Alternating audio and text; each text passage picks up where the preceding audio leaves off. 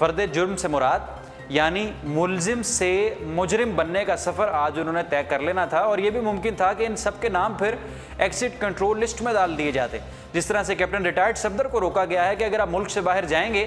تو آپ ہمیں اطلاع دے کر جائیں گے، مگر باقاعدہ ان کے نام یہ امید تھی کہ ایگزٹ کنٹرول لسٹ میں ڈال دیے جائیں گے۔ ہم اس وقت مسلم لیگ نواز کے خلاف نہیں، نہ پاکستان تحریک انصاف کے ساتھ ہیں، نہ ہم کسی ادارے کے بہاف پر آپ سے یہ بات کریں، مگر جو بات ہے وہ یہ ہے کہ جب ملزمان احتساب عدالت میں پیش ہوتے ہیں یا کوئی بھی شخص جب عدالت میں پیش ہوتا ہے تو اس کے ساتھ اتنا بھاری نفری کہیں آپ، اتنے لوگ، آپ کے پارٹی کے سیاسی وکلا، آپ کی لائرز ونگ یا آپ کے کارکنان جو اسلام آباد سے نہیں بلکہ لاہور سے تعلق رکھتے ہیں، پنجاب سے تعلق رکھتے ہیں، دوسرے علاقوں سے تعلق رکھتے ہیں، ان کو ساتھ لے کر جانا عدالت کے باہر، ایسا لگتا ہے کہ یہ ججز کو پریشرائز کرنے کی ایک کاوش ہے۔ اور پھر مریم نواز شریف صاحبہ نے جب پریس کانفرنس کی احتساب عدالت سے نکلنے کے بعد میڈیا سے گفتگو کی تو تصویر کا ایک رخ دکھایا۔ وہ ایک رخ کیا تھا کہ وکلا کے ساتھ بدتمیزی کی گئی، ان کو مین ہینڈل کیا گیا، ان کو مارا پیٹا گیا، جس کی ہم مذمت کرتے ہیں، اور وزیر داخلہ احسن اقبال صاحب کو کہتے ہیں کہ اس پر نوٹس لیں، مگر تصویر کا دوسرا رخ کیا ہے وہ تصویر ایک مرتبہ پھر دیکھ لیجئے، جس تصویر میں ایک وکیل پولیس والے کو تھپڑ رسید کر رہا ہے۔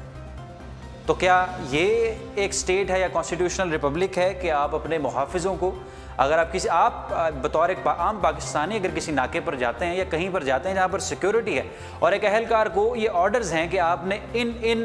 معاملات کے بغیر، ان چیزوں کی چیکنگ کے بغیر یا اس شخص کے علاوہ کسی کو داخل نہیں ہونے دینا، تو کیا آپ اس پر ہاتھ اٹھاتے ہیں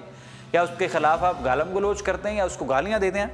تو یہ رویہ بھی انتہائی نازیبہ ہے۔ مسلم لیگ نواز کو بھی اپنے آپ کو ایک مرتبہ دیکھنا ہوگا، چیک کرنا ہوگا۔ اب آگے بڑھتے ہیں دوسری خبر کی جانب۔ وزیر داخلہ احسن اقبال صاحب نے ایک انٹرویو دیا ہے امریکی جریدے کو، اس پر ہم بات کریں گے، مگر اس سے پہلے ہم بات کریں گے کہ پاک فوج نے کرم ایجنسی میں، پاکستان کا جو قبائلی علاقہ ہے فاٹا کا کرم ایجنسی، جس کا اپنا ایک نظام ہے جو کسی صوبے کے انڈر نہیں بلکہ ڈائریکٹلی وفاق سے کنٹرول ہوتا ہے، اور اس کا اپنا ایک سسٹم ہے، پولیٹیکل ایجنٹ ہوتا ہے، وہ سارے معاملات دیکھتا ہے، وہاں سے ایک مغوی فیملی کو انہوں نے بازیاب کروایا ہے، یعنی ایک کڈنیپڈ فیملی، کینیڈین امریکن فیملی، ایک لڑکا، لڑکی اور ان کے 3 بچے۔ اس لڑکے کا نام ہے جوشوا بوائل، اس کی عمر 34 سال ہے، اور لڑکی کا نام ہے کیٹلن کولمن، اس کی عمر 31 سال ہے۔ ناظرین، یہ جو فیملی ہے، جو کپل ہے، اس کو 2012 میں افغانستان سے دہشت گردوں نے اغوا کیا تھا، کچھ کلدن جماعتوں نے ان کو افغانستان سے اغوا کیا تھا، اور یہ پھر ان کے زیر حراست، یہ زیر کنٹرول تھی۔ بدھ کو امریکی ایجنسی نے پاک فوج کو یہ انٹیلیجنس معلومات شیئر کی ہیں کہ اب افغانستان کے ذریعے ان کو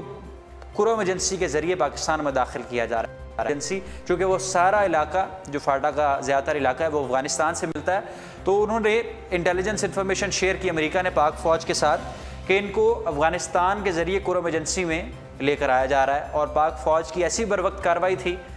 کہ فوری آپریشن کیا،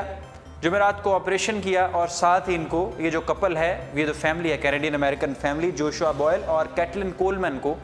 بازیاب کروا لیا۔ اس کے بعد ڈونلڈ ٹرمپ جو امریکہ کے صدر ہیں، انہوں نے بھی پاکستان کو خراج تحسین پیش کیا، مبارکباد دی، اور ساتھ ہی ساتھ یہ بھی کہا کہ آپ کی جو کارروائی ہے، آپ کی جو دہشت گردوں کے خلاف جو جدوجہد ہے وہ قابل تحسین ہے۔ اور یہ کس سے کنٹراڈکٹ کی جو ڈونلڈ ٹرمپ نے جنوبی ایشیا پر اپنی پالیسی واضح کرتے ہوئے پاکستان کے خلاف ہرجہ سرائی کی تھی یا پاکستان پر کیچڑ اچھالا تھا، اس پر بات کی۔ اسی سے ریلیٹڈ ایک انٹرویو دیا ہے پاکستان کے وزیر داخلہ احسن اقبال صاحب نے امریکی جریدے کو، اور احسن اقبال کا کہنا ہے امریکی جریدے کو، امریکی نشریاتی ادارے کو، کہ امریکہ اب تک افغانستان میں ناکام ہے، اب تک افغانستان میں فیل ہے، $1 ٹریلین کی اس نے جنگ لڑی ہے، مگر پھر بھی وہاں پر اپنا کنٹرول اینڈ کمانڈ وہ نہیں رکھ سکا، اور پاکستان نے صرف 4 سالوں میں ایسی کوشش، جدوجہد اور زبردست حکمت عملی تیار کی کہ اب اس کے حالات پاکستان میں بہتر ہیں اور بارڈر لائن بالکل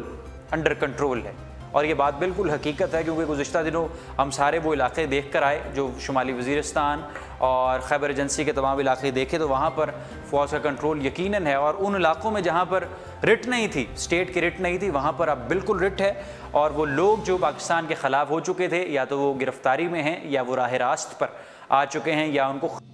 کر دیا گیا ہے۔ تو یہ ناظرین ساری صورتحال ہے جو بھی آج کی اہم خبریں تھیں، اور نیب کی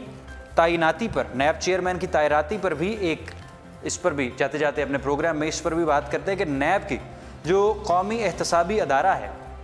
نیشنل اکاؤنٹیبلٹی بیورو جو احتسابی ادارہ ہے، جس کا مقصد یہ ہے کہ پولیٹیشنز کو، بیوروکریٹس کو، سابق فوجیوں کو یا فوجی افسران کو یا سویلین افسران کو یا سیاستدانوں کو جو بھی پاکستان کے مال میں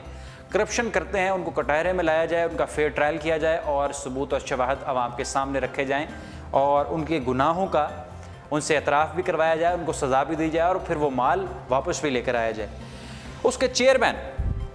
نئے منتخب ہوئے ہیں، اور اس پر پاکستان تحریک انصاف کے چیئرمین عمران خان نشانہ تنقید اسے بنا رہے ہیں کہ ہم نے جو نام آپ کے سامنے رکھے تھے آپ نے انہیں کیوں چیئرمین نیب تعینات نہیں کیا، اور اپنی مرضی کی ہے پاکستان مسلم لیگ نواز نے۔ اور پھر پاکستان مسلم لیگ نواز کے جو لیڈران ہیں، جو معاون خصوصی وزیر اعظم شاہد خاقان عباسی کے، انہوں نے کل ایک ٹاک شو میں کہا کہ عمران خان صاحب اگر اتنے ایماندار ہیں تو ان کو پھر خیبر پختونخوا گورنمنٹ میں، خیبر پختونخوا کی صوبائی حکومت میں انہیں